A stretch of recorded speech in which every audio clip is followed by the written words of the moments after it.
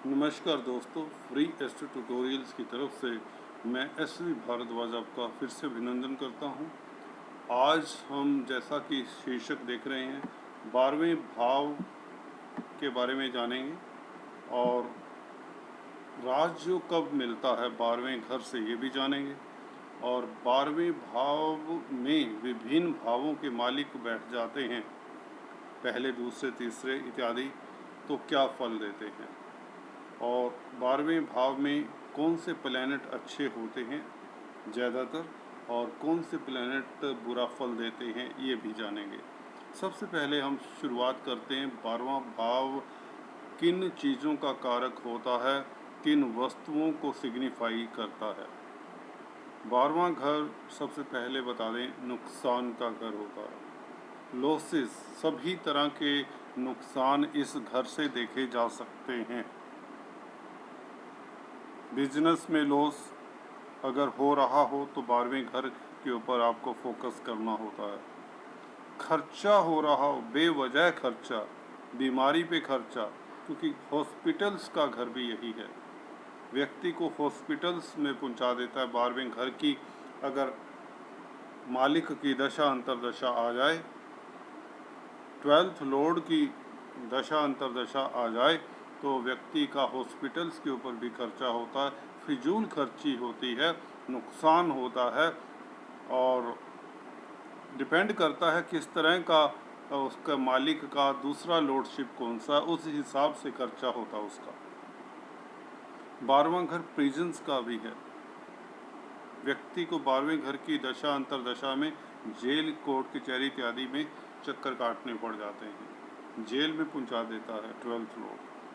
जी हाँ दोस्तों, अगर आपकी कुंडली में लग्नेश शनि से पीड़ित है, लग्नाधिपति शनि से और राहु से पीड़ित है और 10th हाउस में बैठे हैं या 12वें घर में बैठे हैं, और भी कई कॉम्बिनेशन होते हैं, उसका चर्चा इस वीडियो में नहीं कर रहे हम, तो व्यक्ति जेल जा सकता है। अगर मकर लगन है और बुध आपका 12वें घर में है तो भी ऐसे योग बन जाते हैं अगर बुध के ऊपर मंगल का खास प्रभाव हो तो। मंगल मैलिफिक होते हैं, मंगल का प्रभाव बुध के ऊपर मकर लगन के लिए अच्छा नहीं होता, खासकर जब बुध 12वें घर में होते हैं। चलिए ये तो बातें चलती रहेंगी, बात करते हैं पहले जब फर्स्ट लॉर्ड 12th हाउस में होता है, व्यक्ति नुकसान की ही स्कीम बनाएगा, उसकी जो भी प्लानिंग होगी, जब भी पहले घर का मालिक इधर चला जाएगा तो लेट मी टेल यू, व्यक्ति कामयाब नहीं होगा। उसका कोई भी प्लानिंग प्रोजेक्ट थोड़ा सा चलेगा, अल्टीमेटली कर्जे में, लॉस में डूब जाएगा। अगर ऐसा व्यक्ति जिसका लग्नेश 12th हाउस में है बाहर चला जाए, क्योंकि 12वां घर फॉरेन कंट्रीज़ का भी घर है, या MNC में नौकरी करे, मल्टीनेशनल कंपनी में, तो व्यक्ति काफ़ी धन अर्जित करता है, नेम फेम भी अर्जित कर सकता है अगर ऐसे योग हैं थोड़े बहुत उसकी कुंडली में। तो लग्नाधिपति का 12th हाउस में होना और इंडिया में ही रहना, हिंदुस्तान में ही रहना, कोई अपने देश में ही रहना, कोई अच्छा योग नहीं है। वैदिक एस्ट्रोलॉजी का ये बहुत सटीक और कारगर 99% इसका आपको बता दें रिजल्ट मिलेगा। जिस भी व्यक्ति का लग्नेश 12th हाउस में होता है, वह अगर अपने ही देश में है, अपने ही शहर में है, तो वह नुकसान उठाएगा, कामयाब होने के बावजूद भी फेलियर्स की तरफ चला ही जाएगा। जिंदगी में उतार चढ़ाव देखने के बाद अगर दूसरे प्लैनेट अच्छे हैं तो व्यक्ति को अंततः नुकसान सहन करना पड़ता है, कर्जा, कोर्ट कचहरी, बीमारी, ये सब देखना पड़ता है। तो अच्छे योग नहीं है लग्नेश के 12th हाउस में बैठना। बाहरी स्थानों में चला जाए व्यक्ति तो यही व्यक्ति बहुत कामयाब होता है, धन दौलत, ऐशो आराम, सुख संपत्ति सब कुछ होता है। दूसरे घर का मालिक जब 12वें घर में बैठ जाए, फैमिली का सुख नहीं मिलता, स्पीच में भी दिक्कत हो सकती है। स्पीच का घर है दूसरा घर। जब सेकंड लॉर्ड बैठ जाए 12th हाउस में तो धन का नुकसान, बैंक बैलेंस में कमी, पैसा आएगा, खर्चा हो जाएगा, उसके खर्चे पहले ही खड़े होते हैं, तो अच्छा साइन नहीं है ये तो। धन के मामलों में खासकर अगर दूसरे योग अच्छे हैं, कुछ कुंडली में केंद्र त्रिकोण के मालिक अच्छे हैं तो ठीक ठाक रहता है, पर पैसा जोड़ने में फिर भी दिक्कत रहती है। व्यक्ति भले धनाढ़ हो, उसका बैंक बैलेंस जल्दी जल्दी जीरो हो जाता है, खर्चा हो जाता है। तृतीय स्थान भाई बहनों का है, छोटे भाई बहनों का है, मित्रों का है। मित्रों का सपोर्ट नहीं मिलता, मित्रों से धोखा मिल सकता है। छोटे भाई बहनों की उम्र को भी दिक्कत हो जाया करती है, या कई बार छोटे भाई बहन होते भी नहीं हैं, हों तो छोटे भाई बहन कामयाब नहीं हो पाते। व्यक्ति, क्योंकि ये करज का घर है, हौसले का घर है, तो हौसले का लॉस, व्यक्ति ब्रेव नहीं होता, जल्दी घबरा जाने वाला होता है अगर चंद्रमा भी कमज़ोर हो तो, क्योंकि चंद्रमा मन का कारक होता है। अगर मन स्ट्रोंग है तो व्यक्ति संभाल लेता है, कठिनाइयों से फिर दौड़ता नहीं है, पर फिर भी यह ब्रेव व्यक्ति को नहीं बनाता, लीडरशिप क्वालिटीज़ का हरण करता है। Third Lord is not good in 12th house, ये तीसरा घर है। इसी तरह से 4th हाउस सुख स्थान है, यह बड़ा गलत कॉम्बिनेशन बन जाएगा। 12वें घर में अगर 4th लॉर्ड चला जाएगा तो वह सुख की कमी महसूस करेगा। रिलीजन का घर भी है यह 12वां घर। अगर वह रिलीजियस व्यक्ति है तो भजन कीर्तन में उसे आनंद आएगा, प्रभु भक्ति में आनंद आएगा। 12th हाउस में अगर 4th लॉर्ड हो तो व्यक्ति धार्मिक होगा तो अच्छा है। प्रॉपर्टीज के मैटर में भी अगर बृहस्पति यहाँ पर बैठ जाए तो 4th हाउस को 5वीं दृष्टि से एस्पेक्ट करेगा। तो बृहस्पति एक ऐसा प्लेनेट है 12वें घर में, तभी कहते हैं कुछ अच्छा फल देते हैं। अगर बृहस्पति 12th हाउस में है, 4th हाउस को देख रहे हैं, तो प्रॉपर्टीज़ के मैटर में कई बार अगर उसका 4th लॉर्ड अच्छा है तो ठीक ठाक है। कहने का मतलब, अच्छे का मतलब उसके ऊपर शुभ प्रभाव है, अच्छे प्लैनेट्स का प्रभाव है, तो उसके पास प्रॉपर्टीज हो सकती हैं व्यक्ति के पास। मानसिक सुख का भी स्थान है। अगर 4th लॉर्ड 12th हाउस में होता है तो मानसिक सुख में भी कमी हो जाया करती है। यहाँ पर चंद्रमा का भी कालपुरुष में यहाँ पर कर्क राशि आती है, तो चंद्रमा उसका मालिक होता है। चंद्रमा अगर स्ट्रोंग है तो वह, अगर 4th लॉर्ड 12th हाउस में है, मून इज स्ट्रोंग, तो उसका कुछ बैलेंस, भरपाई हो जाता है। प्रॉपर्टीज़ के मैटर में व्यक्ति लकी नहीं होता अगर 12th हाउस में 4th लॉर्ड है। कहीं ना कोई इंसेस्ट्रल प्रॉपर्टीज़ को लेकर भी उसे हानि उठानी पड़ सकती है। 12th लॉर्ड का 4th हाउस के साथ संबंध होना, या 4th लॉर्ड का 12th हाउस में जाना, या 12th लॉर्ड का 4th हाउस के ऊपर एस्पेक्ट होना, 4th हाउस में 12th लॉर्ड का बैठ जाना, ये सब प्रॉपर्टीज़ के नुकसान के चिन्ह हैं। वाहन की भी उसे सुख सुविधाएं इतनी नहीं मिलती अगर दूसरे, पंचम और नवम, दसम स्थान भी स्ट्रोंग नहीं है तो। पंचम स्थान का मालिक, 5th हाउस का मालिक जब 12वें घर में बैठ जाए दोस्तों, तो ये समझना चाहिए व्यक्ति को कभी ना कभी ज़िंदगी में अपनी बुद्धि या कह लीजिए फुलिश डिसीजन लेगा, बेवकूफ़ी भरा कोई ना कोई डिसीजन ज़रूर लेगा। ये अक्सर मेरे एक्सपीरियंस से आया है, कहीं किताबों में नहीं मिलेगा आपको। ऐसा व्यक्ति कोई ना कोई मना करने के बावजूद भी ऐसा काम करता है, अड़ियल किस्म का हो जाता है, कह लीजिए प्रभाव होता है ना। 12वें घर में बैठा है तो सुनेगा नहीं, व्यक्ति अड़ जाएगा, सोचेगा मैं बहुत सही कर रहा हूँ। यहाँ पर विद्या, हायर एजुकेशन के लिए भी दिक्कत हो सकती है। हायर एजुकेशन होने के चांसेस कम हैं अगर बृहस्पति भी कमज़ोर है तो। शेयर मार्केट का काम करे तो नुकसान ही उठाएगा, लॉटरी इत्यादि से भी नुकसान होगा। बच्चों के मैटर्स में अगर फिफ्थ लॉर्ड भी कम 12वें घर में है और फिफ्थ हाउस के ऊपर क्रूर प्रभाव है तो बच्चे भी दूर रहते हैं। व्यक्ति माँ बाप के पास नहीं रहते, फॉरेन कंट्री इत्यादि में सेटल होने के योग बनते हैं बच्चों के भी। पेट के मैटर्स को लेकर भी दिक्कत हो सकती है, उसका डाइजेशन सिस्टम, उसको ख्याल रखना चाहिए खाने पीने का। तो इस तरह के प्रभाव मिलते हैं। छठे घर का मालिक जो 12वें घर में बैठा हो, सिक्स्थ लॉर्ड, ये विपरीत राजयोग है दोस्तों। ये दुर्लभ कॉम्बिनेशन है, सिक्स्थ लॉर्ड इन 12th हाउस। अगर इसकी दशा अंतरदशा आ जाए और इसके ऊपर कोई त्रिकोण और केंद्र के मालिक का प्रभाव नहीं होना चाहिए 12th हाउस में बैठे हुए जो सिक्स्थ लॉर्ड होता है उसके साथ। मैं फिर से रिपीट कर रहा हूँ, जब सिक्स्थ हाउस का मालिक, छठे भाव का मालिक जब 12th हाउस में होता है उसके साथ केंद्र त्रिकोण के मालिक का संबंध नहीं होना चाहिए, ना दृष्टि से ना युति से।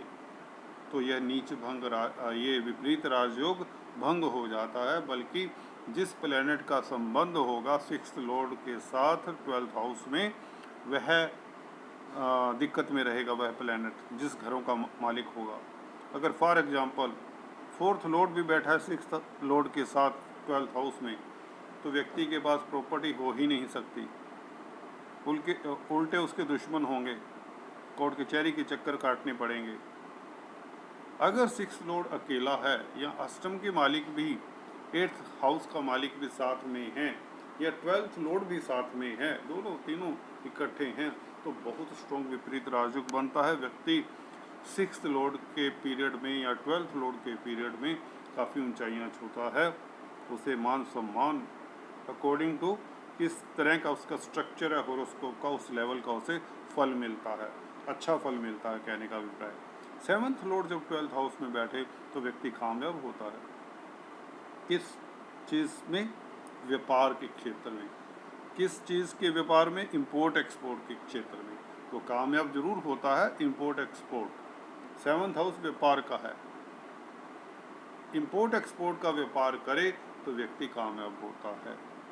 दूसरे व्यापार करेगा, इंडिया में रहेगा, अपने कंट्री में रहेगा, जिस भी कंट्री का मालिक है, जिस भी कंट्री का रेजिडेंट है, तो उस कंट्री में अगर रहता है तो उसको फ़ायदा नहीं होगा। 7th लॉर्ड मैरिज लाइफ का भी लॉर्ड है, तो यहाँ पर मैरिज लाइफ में भी दिक्कतें, डाइवोर्स तक देखा गया है अगर 7th हाउस के ऊपर नेगेटिव प्रभाव है तो ये रहा 7th हाउस का प्रभाव। डेली आमदन, जो डेली आमदन होती है वो भी देखते हैं 7th हाउस से, उसमें भी नुकसान होता है। तो कुल मिलाकर अच्छा योग नहीं है। अष्टम घर का मालिक 12th हाउस में हो तो विपरीत राजयोग, अगेन अच्छा फल, व्यक्ति धनाढ़ होता है। 8th लॉर्ड की दशा में काफ़ी अच्छा रहता है, उसकी आयु लंबी होती है, दुश्मनों पर हावी प्रभावी रहता है, सभी तरह की प्रॉब्लम्स उसके रास्ते से हट जाती हैं, विजय होता है।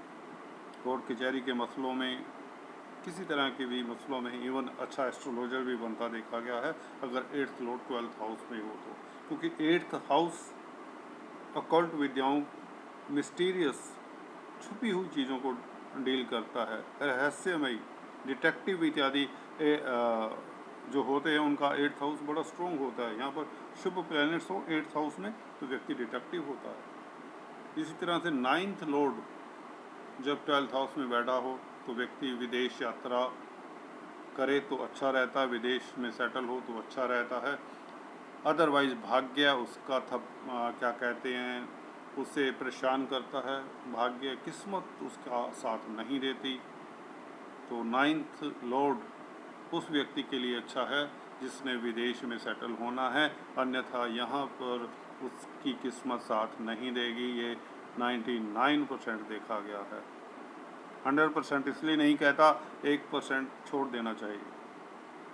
Almost you can understand 10th Lord जब 12वें घर में होता है तो विदेश में अगर व्यापार करेगा, इंपोर्ट एक्सपोर्ट का काम करेगा, या MNCs के साथ रिलेशन होगा, ऑनलाइन काम करेगा, किसी तरह का बाहर की कंपनियों के साथ रिलेशन है, तो वह जॉब करे या बिजनेस करे तो ठीक है, अन्यथा उसका कैरियर स्टेबल हो ही नहीं सकता।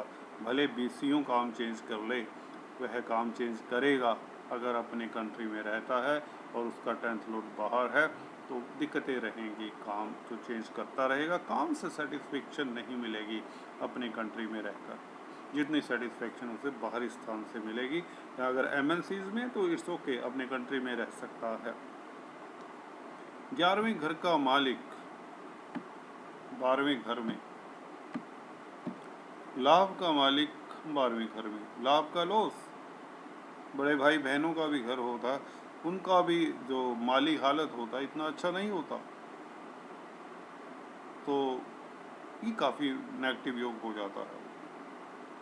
11वें घर से हम हर तरह का लाभ देख सकते हैं, आयु का भी लाभ हो सकता है, धन का लाभ है, रिश्तेदारी का लाभ, इज्जत मान का लाभ।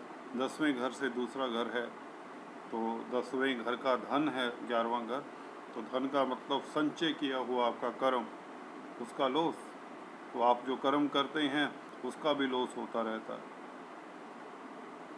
9th हाउस से यह तीसरा घर होता है, भाग्य के घर से तीसरा घर हुआ, जो आपके भाई बहन दोस्त मित्र होते हैं उनके कारण आपको लॉस हो सकता है। तो ये था कुंडली में 12वें घर में दूसरे घरों के जो मालिक होते हैं बैठते हैं तो क्या फल देते हैं। कुंडली में राजयोग कब देता है 12वां घर? अगर 12वें घर में शुक्र बैठा हो और बृहस्पति की राशि में हो, अपनी राशि में हो, वृष में हो, तुला में हो, अच्छा फल देता है शुक्र। बृहस्पति भी अच्छा फल देते हैं अगर अपनी राशि में हो तो। अगर 12वें घर में विपरीत राजयोग बन जाए तो व्यक्ति ख्याति पाता है। 12वें घर में अगर बहुत सारे प्लैनेट हो तो व्यक्ति क्रिएटिव फील्ड में हो, राइटर हो, एक्टर हो, प्रोड्यूसर हो, Hollywood, Bollywood, media line, journalism में हो, creative, something creative, writing, novel लिखता हो, बुक्स लिखता हो। देवानंद की कुंडली में 12वें घर में काफ़ी सारे प्लैनेट हैं, 4 प्लैनेट्स हैं, तो इस तरह से कई बड़े स्टार्स हुए हैं जिनके 12th हाउस में काफ़ी प्लैनेट्स होते हैं, तो वह creative, writer, artist, photographer, director, musician बन सकता है और फेमस होता है। 12th लॉर्ड 12th हाउस में अगर आपका स्ट्रॉन्ग है, जिसमें 2-3 प्लैनेट हैं, तो आप तो मेडिकल लाइन में सोशल वर्कर हो सकते हैं, मेडिकल लाइन में जा सकते हैं, डॉक्टर हो सकते हैं, सर्जन हो सकते हैं,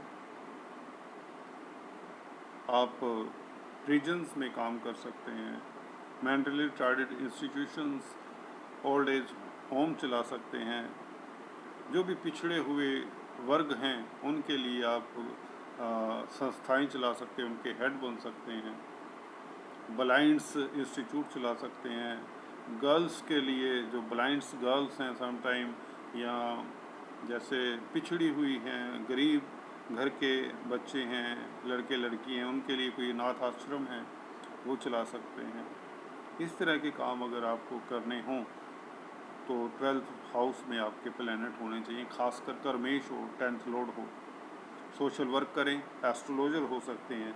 अगर आप उसमें अपने कमाई के चक्कर में पड़ जाएं, दुनिया से पैसा ऐंठने के चक्कर में पड़ जाएंगे, फिर 12th हाउस में बैठे हुए प्लैनेट आपका मदद नहीं करेंगे। एस्ट्रोलॉजर अच्छा बना देंगे पर धन नहीं आएगा, ना ही कामयाब होंगे, ना ही आपको सक्सेस मिलेगी। चलिए आज बहुत हो गया, फिर किसी वीडियो में चर्चा करेंगे 12th हाउस के बारे में। तब तक के लिए do subscribe, like, share. God bless you. Thanks for watching this video.